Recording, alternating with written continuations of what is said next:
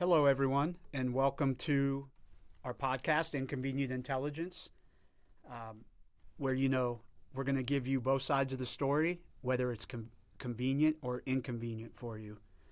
Today, we have with us Dr. Joe Morris, and before I give him his hopefully deserving introduction, I want to thank our sponsors, the Mercyhurst University, the School of ICGP, the Communications Department at Mercyhurst University, and the Office of Strategic Initiatives. As you know, as always, I'm your podcast host, Brian Fuller, and today we are privileged to have Dr. Joe Morris, who is the Dean of the School of Intelligence, Computing, and Global Politics here at Mercyhurst. He is also the Doctor of Global Politics and all-around awesome human being. Oh, you're too kind. So, as always, I would like to say we're sponsored by Monster Energy Drinks, but we're not quite there yet. Monster, come on, we need your sponsorship. With that being said, I want to turn it over to the monster of global politics here. Joe. I'm really happy to be here. How about I tell you a little bit about myself? Is that okay? I would love for you to tell the viewers about you, professionally, personally. Let us know who Joe Morris is. The short biography. I was born and raised in Los Angeles, California. I studied primarily environmental politics, but also American institutions and political theory in the Mountain West before coming out here in 2001. And I had the really unfortunate circumstances of moving to Erie just 2 weeks before September 11th in 2001. Oh, wow. So my introduction to Mercyhurst University was a whole host of things I'd rather forget. But it has been just a wonderful experience here at Mercyhurst. I am chair of the political science department in addition to being a dean, and I focus again primarily on American institutions, but I am kind of a jack of all trades, which is something that we have to do at liberal arts universities.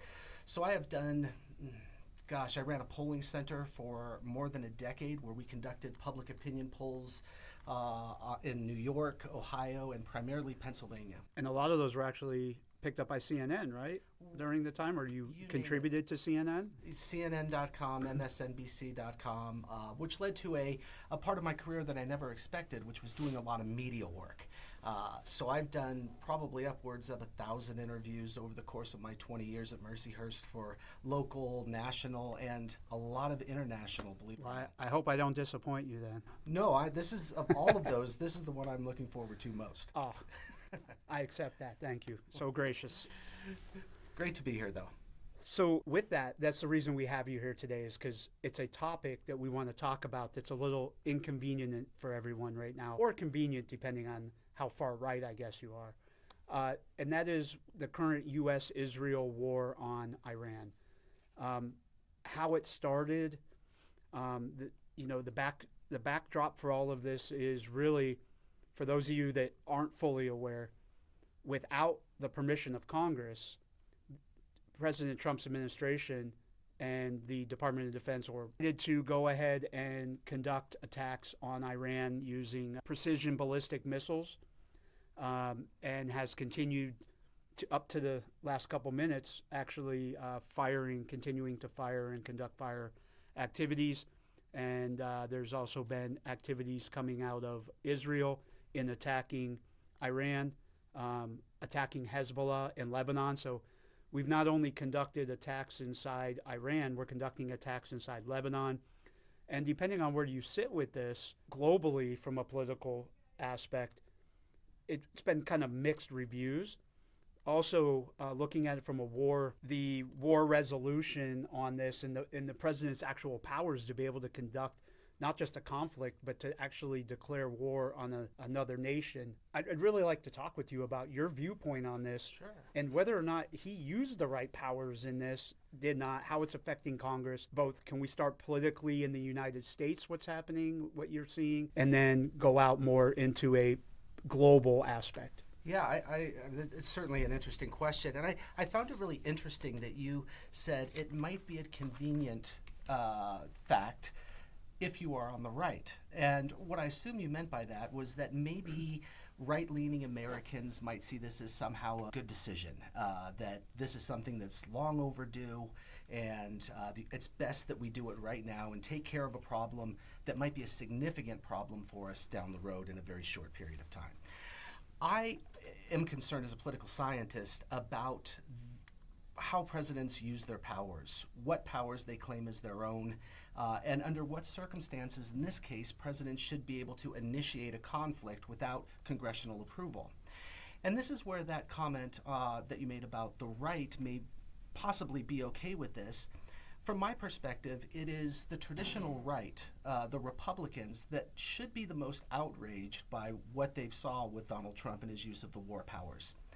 We know if we look at the, say, framers of the Constitution, whether we look at the Constitution itself or James Madison's notes on the Constitutional Convention or the Federalist Papers or any of the writings around the time of the framing that we choose, one thing that the framers made very clear is that the Congress has the power to declare war and that the president makes that war once it's been declared. This is something that we saw debated at the Constitutional Convention. We see in Madison's notes people saying, wait a minute. We don't want to give the president the power to declare war. Make war I can accept, but definitely not declare war. And it seems So that let's everyone talk. got involved. You just had a very good distinction between declaring war and making war, right? Right. Let's talk about that a little bit. Should the president be able to make a war without declaring a war? Is that a conflict? He should be able to start a conflict, but Congress has to be the ones to determine if we're going to turn it into a long-term scaled conflict, which essentially it becomes a war. I think what we've decided in the years since the end of World War II, and this has been an ongoing question for decades, is that the president definitely has some powers to act outside or without congressional approval in order to defend the nation. The most agreed upon of those situations is when the United States is under attack. If we are attacked or about to be attacked, then the president has an automatic inherent right to defend the nation. So let's talk about the inconvenient intelligence on that. Okay. I'm glad you brought this point up. From what you've read and what you've seen and what you know, were we under a threat of attack, and did the president act correctly in his powers? Are we defending the United States and our national security by attacking Iran? What is it, 12 days ago or whatever it was, last Saturday? Yeah, it's a really good question, and I wouldn't pretend to have an answer to that. What I know from reading. I do open source intelligence just like you do open source intelligence.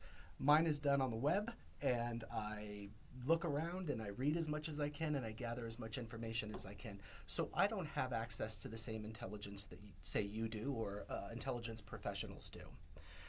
But I think there's an important distinction that can be made between an attack on the United States or an imminent threat on the United States and what we saw in the lead up to what happened in Iran.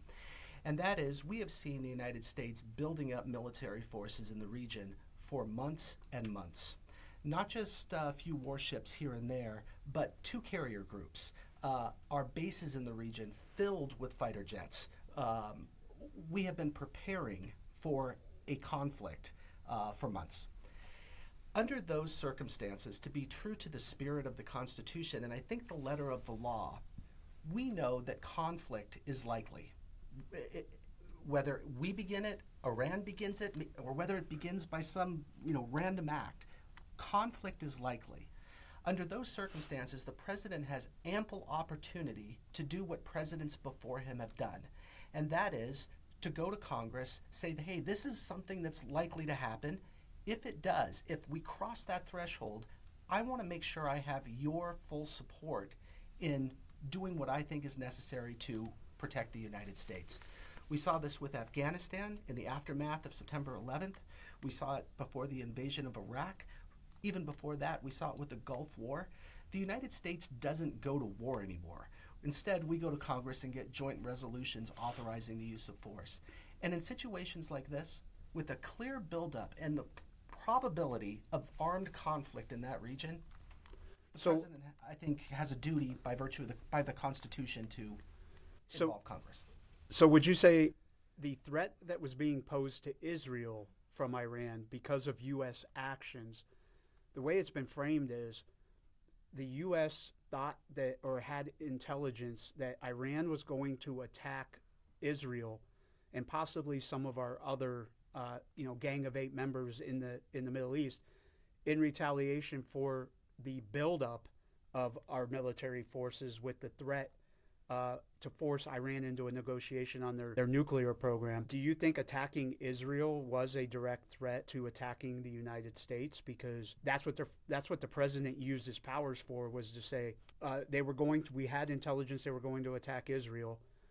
That same intelligence said that they were going to try to attack United States entities or United States bases or locations in the Middle East. So we had to preemptively strike. If it was only they were going to attack Israel, and it comes out that maybe there was intelligence they were going to attack Israel, and nothing says the United States, do you still believe that the president had the power, or by the Constitution or the letter of the War Powers Act, he had the right to defend Israel by conducting the attacks? Yeah, again, a really tough question. I wouldn't pretend to be able to answer that. I think at some level presidents have to act based on judgment. And this is what the Trump administration has been trying to communicate to the people, is that this was a judgment call. Donald Trump has said, I decided that there was a threat, and I used my judgment and therefore ordered it. My point is that we knew conflict was very likely months ago. We wouldn't have spent how many hundreds of millions of dollars putting all of our resources, military resources, many of our military resources in that region. It was at that time that the president had an obligation to go to Congress and say, hey, this is a possibility. And if this unfolds the way I think it's going to unfold, then I am going to use all of our military force to defend Israel, the United States, whatever the case might be. That's not a huge ask. No. That is asking the president to say, I'm using my judgment, just like he did in the night before the attack on Iran. I'm going to use my judgment, and my judgment says that this is probably going to happen. So I should do my constitutional duty and get Congress involved. So let's talk about that a little bit before I backtrack a little. The War Powers Act. In there it says after 60 to 90 days, Congress has 60 to 90 days to determine if they're going to support the war or not, or actually declare it a war, based on the president's initial action of starting a conflict or attacking another nation. The War Powers Act right now is under congressional review, and they're voting on it, onto whether or not they need to add more to that or change it in a way that reduces the president's current capability. But I was reading through it, and one of the things a lot of the critics talk about with that act is how vague it really is, and that it was more of a response to Vietnam and Congress trying to control the president keeping us there and being able to pull us back so we don't get into a useless war again. Can we correlate the political environment during the Vietnam War and what Congress was thinking then to what's happening now with Iran? Is it the same mindset, or are we in a different mindset here with the War Powers Act? Again, both. I think that you can make the argument either way. The one thing that hasn't changed is the fact that the War Powers Act is an attempt to limit the president's ability to initiate war without congressional approval. That question was alive and well in Vietnam era, and it is alive and well today, perhaps even more so. So the question is still, I think, very relevant.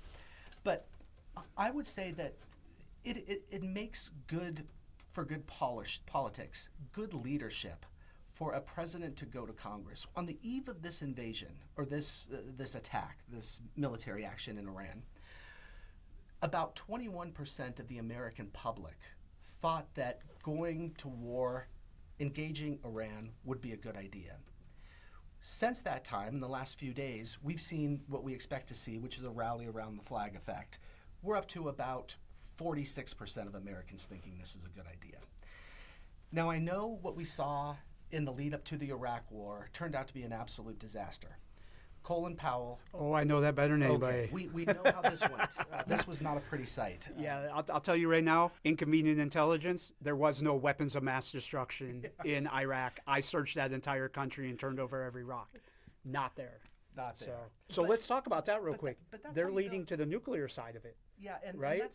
Is that their WMD? It may be, but going to Congress before and making that case to the American people almost ensures that you're going to have much greater public support going into a conflict like this. And you need that public support because at the end of the day, it is Congress that controls the purse strings, and Congress, if Congress steps up and does its job, is going to control what happens in that outcome, or what happens in terms of an outcome. Let's shift gears a little bit. Something just happened, 2 nights ago with the primaries? Yeah. Do you think this had a negative effect for the Republicans on the primary based on what we saw with some of the states that had their primaries Tuesday, especially Texas? Do you think there was a negative effect there, or was this a positive effect for the Republicans in attacking Iran right before the primaries? Yeah, when it comes to war, Americans are weary, and we're worn out. We have to remember that we have been engaged in a military conflict all of the time since 2001. Think about that. There's some inconvenient intelligence for you. An entire generation of Americans has known nothing but war in their lifetime.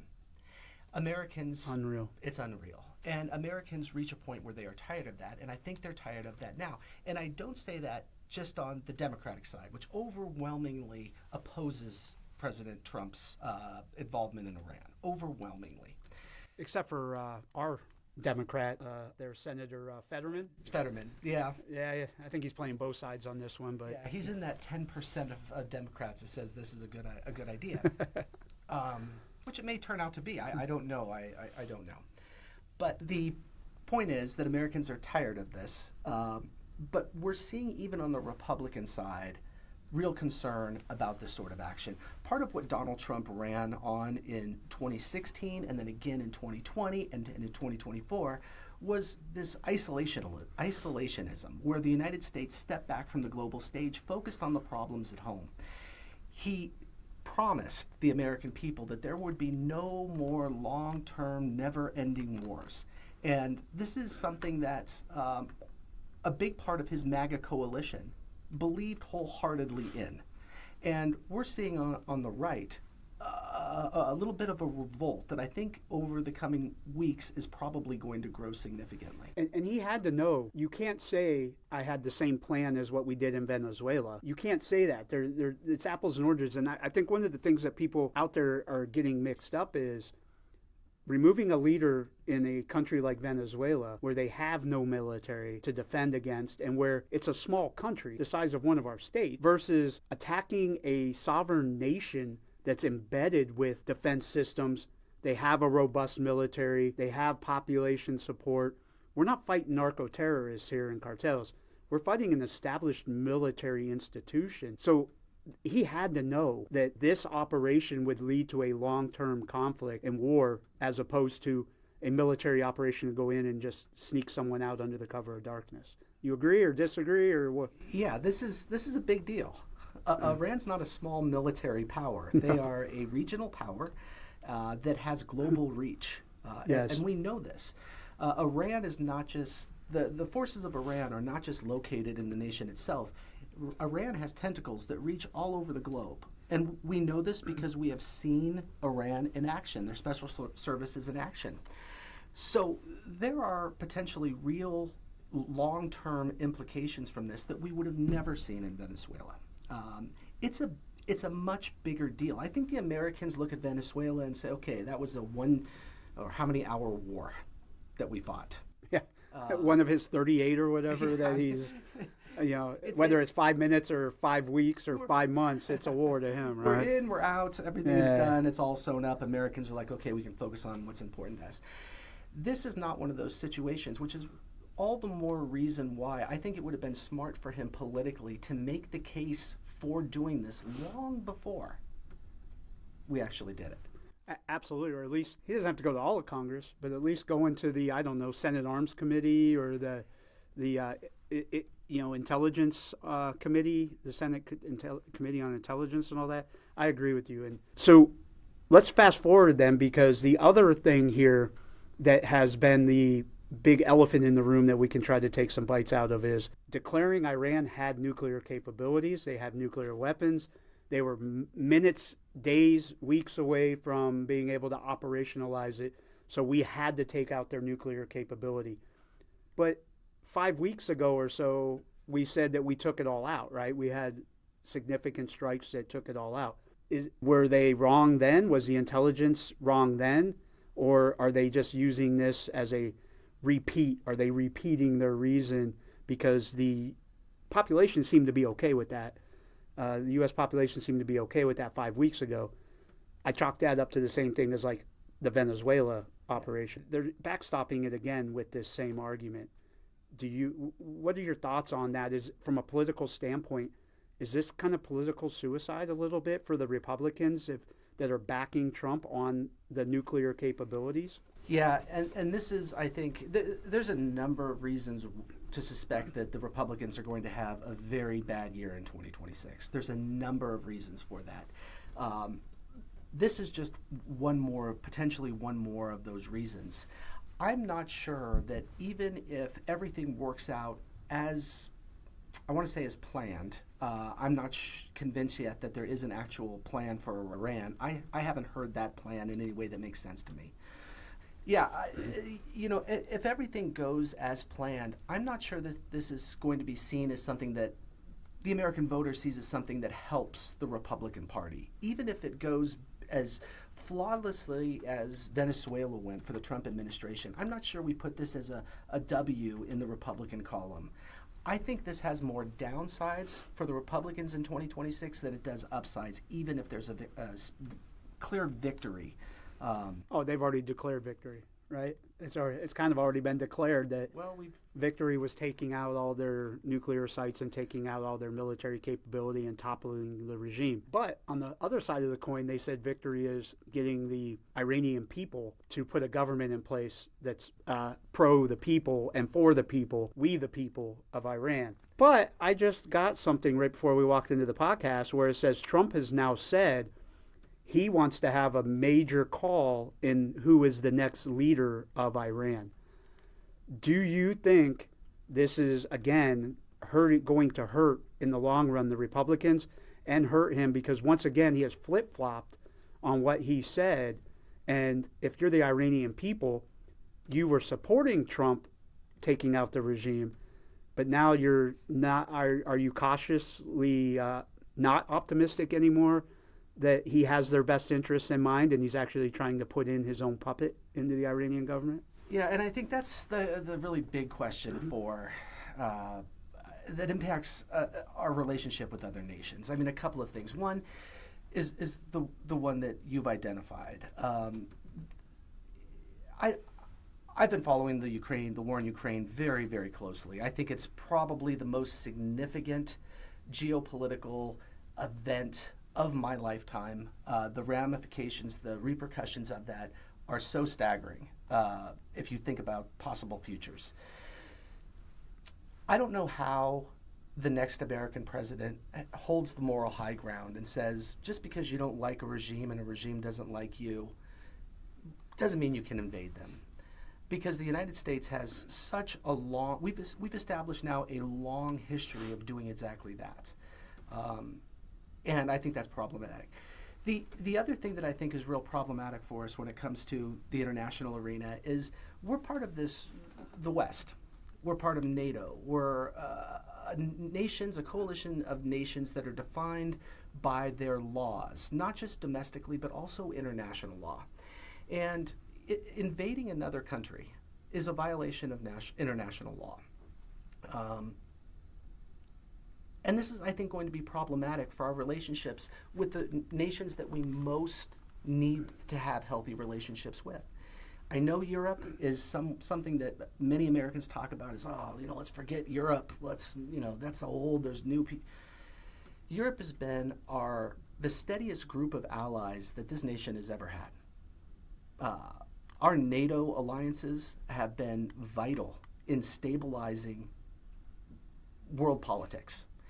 And to abandon that is to abandon a system that has served us very, very well. And we're doing damage to that relationship right now. So let's talk about those relationships, let's start in the regional aspect. The Gang of Eight, right? They were consulted before this happened. We know Israel is going to be the first ones to jump up and always say, let's go attack Iran, let's go attack Lebanon, let's go attack all these insurgent groups that are state-sponsored terrorist groups by Iran. But let's look at the other ones. You look at Saudi, Jordan, Bahrain, Qatar. You look at all those. They are now being sucked into this conflict, into this war, and they're being attacked. They had to have given, in my opinion, the okay for the president to give the okay for military action, knowing this was going to happen, but the U.S. would be there to protect them. So in a regional way, from a global politics standpoint, they seem to all be supporting what's going on. Is that because it's in their best interest? Is this their opportunity to finally get peace in the Middle East? And then we'll move out from there and kind of talk about some of the bigger, players that are on the global scale. Yeah, and unfortunately for me, I'm not the right person to answer that question. I studied primarily domestic politics. I study constitution, I study elections, I study government institutions. I have a wonderful colleague who you would absolutely, I think, love to have on your program, Dr. Okay. Shema Akiol. She is our expert in the region. She teaches courses on comparative politics of the Middle East and comparative politics of Africa, which is... Ooh, that would be good too. Yeah, absolutely. That's another beast we need to tackle on this podcast. It certainly is. She would be in a better position than I would to answer that question. I hate having to answer Nope, questions we're going to like table that. Okay. We're going to table that one that way. So then let's move out further. How do you feel about getting more on a global scale with Russia, China, North Korea, looking at how that's looking, India, but looking at it from a domestic viewpoint on how we're going, as you said, we're possibly going to push away those relationships even more. You've got the tariffs, you've got the sanctions, and now you have us attacking what is essentially one of their allies. Yeah. What do we? How's that going to affect us here in the States politically, or affect our politics on a global scale? Well, it's a really big question, and I wish if I had an answer to that I was certain about, I would probably be sitting at a table at the White House. I would hope that I would, because it is the question of the day. President Trump, if you want the Republicans to unscrew themselves, come on over. I'm here. I'm not a Democrat or a Republican, for the record. I'm an independent. I believe in common sense. So I vote for the Common Sense Party. And it's good.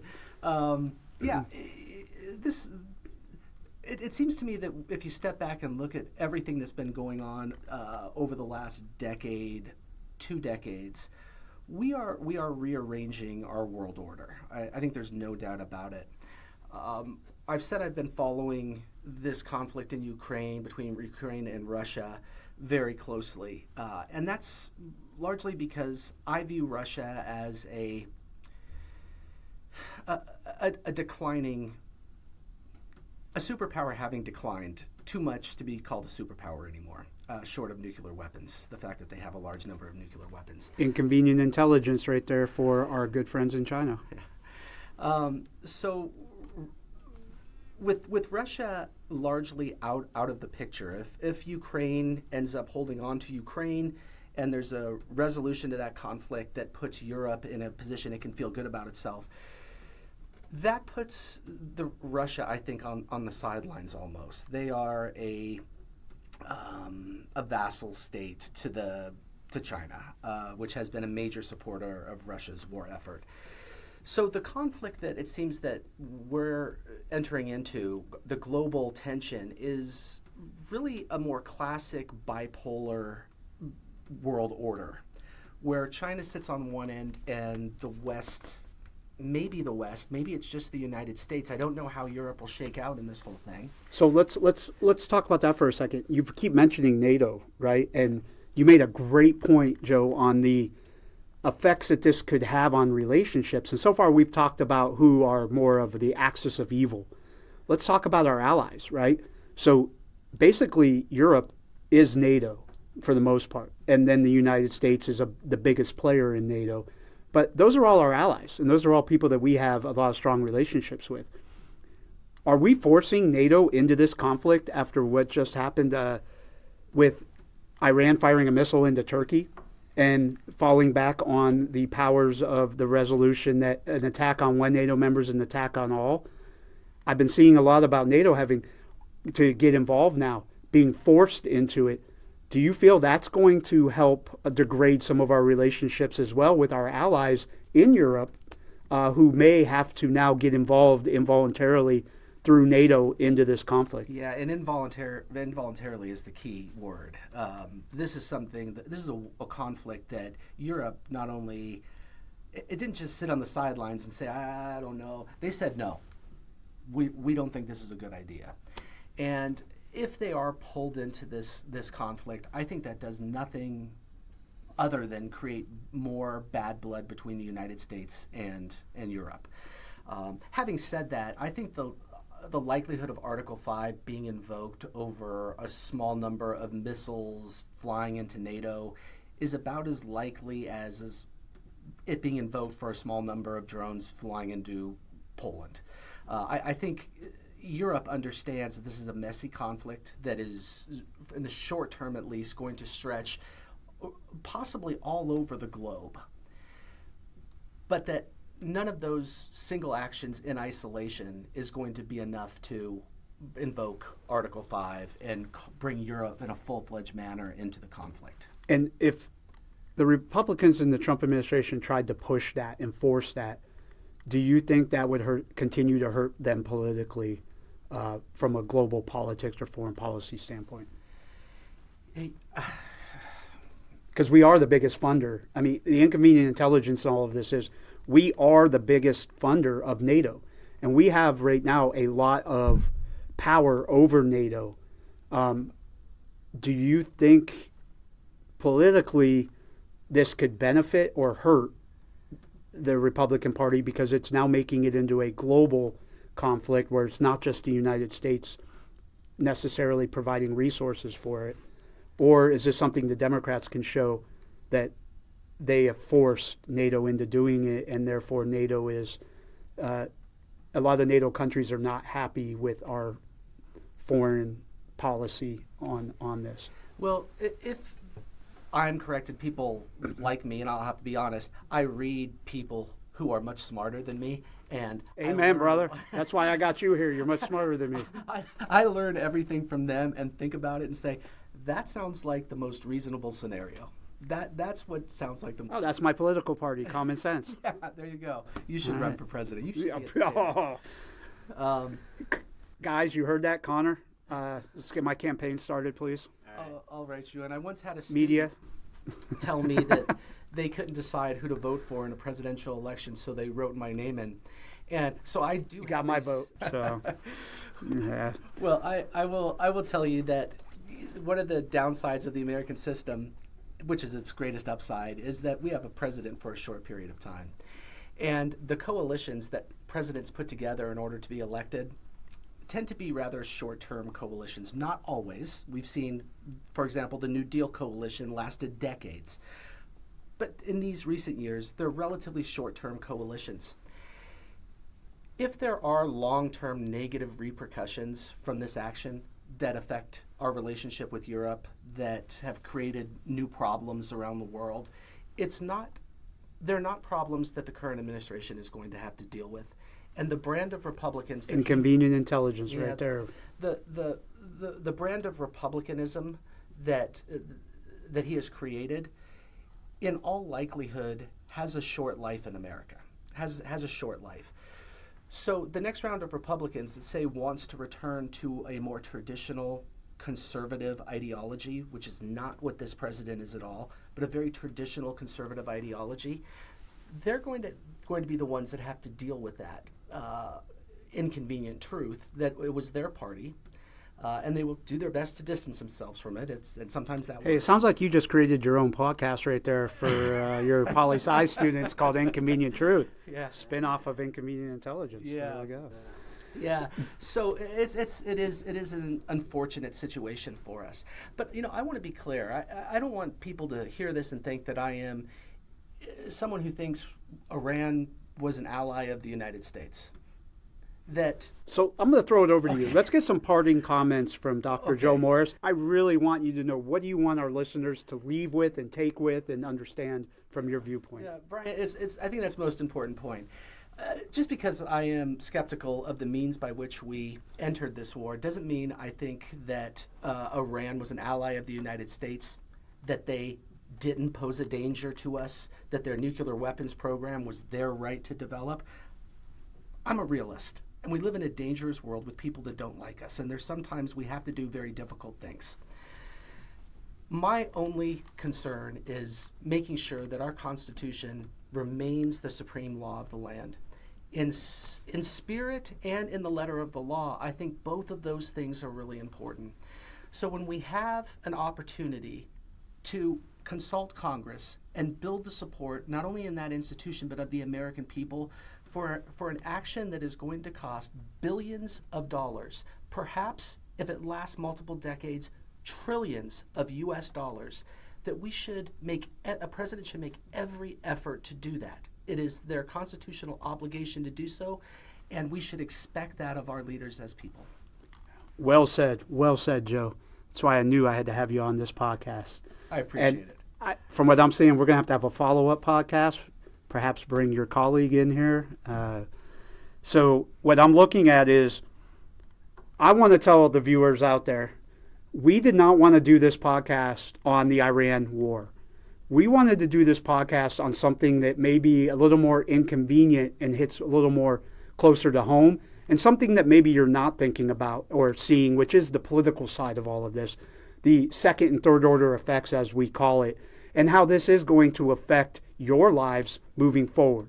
All right, we didn't get into the economic side of it and the price of gas and oil and how it's going to affect the supply chain.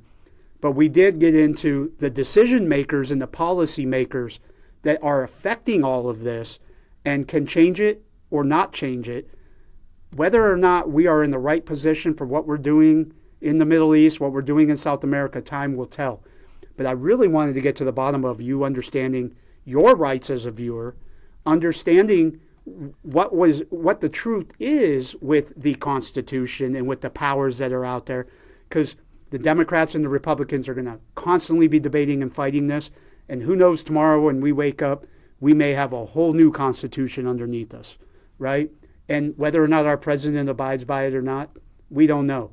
But right now, what you just got from Dr. Joe Morris is where we stand and where we should be standing and what should be being followed. He gave you the inconvenient intelligence, whether you're on the far left or the far right or right down the middle. And that's something I hope you learn from us. Something you can take around the water cooler, speak a little more intelligently about the politics around the Iran war and what's happening currently. And so I thank you, Joe, for coming on the podcast. I thank you for your great words of wisdom, the knowledge that's up there, and your wealth of experience. Had a great time, Brian. Oh, I'm so happy for that. And again, thank you to our sponsors. And as always, I've really got to thank our crew here. All right? I got to thank our senior producer, Dr. C.K. Nelson. You see like how I threw that in there? Now you got to go get your doctorate. All right. C.K. Nelson, our senior producer. I'd like to thank our director of the podcast and producer, assistant producer, Dylan Stritzinger. And as always, our podcast topics generator, our fact checker, and all-around great intern and future professional intel analyst, Connor Clark. Thank you, guys. We couldn't do this without you. And again, I hope you all enjoy our podcast, and we'll catch you at the next one. Take care. Have a great rest of your week.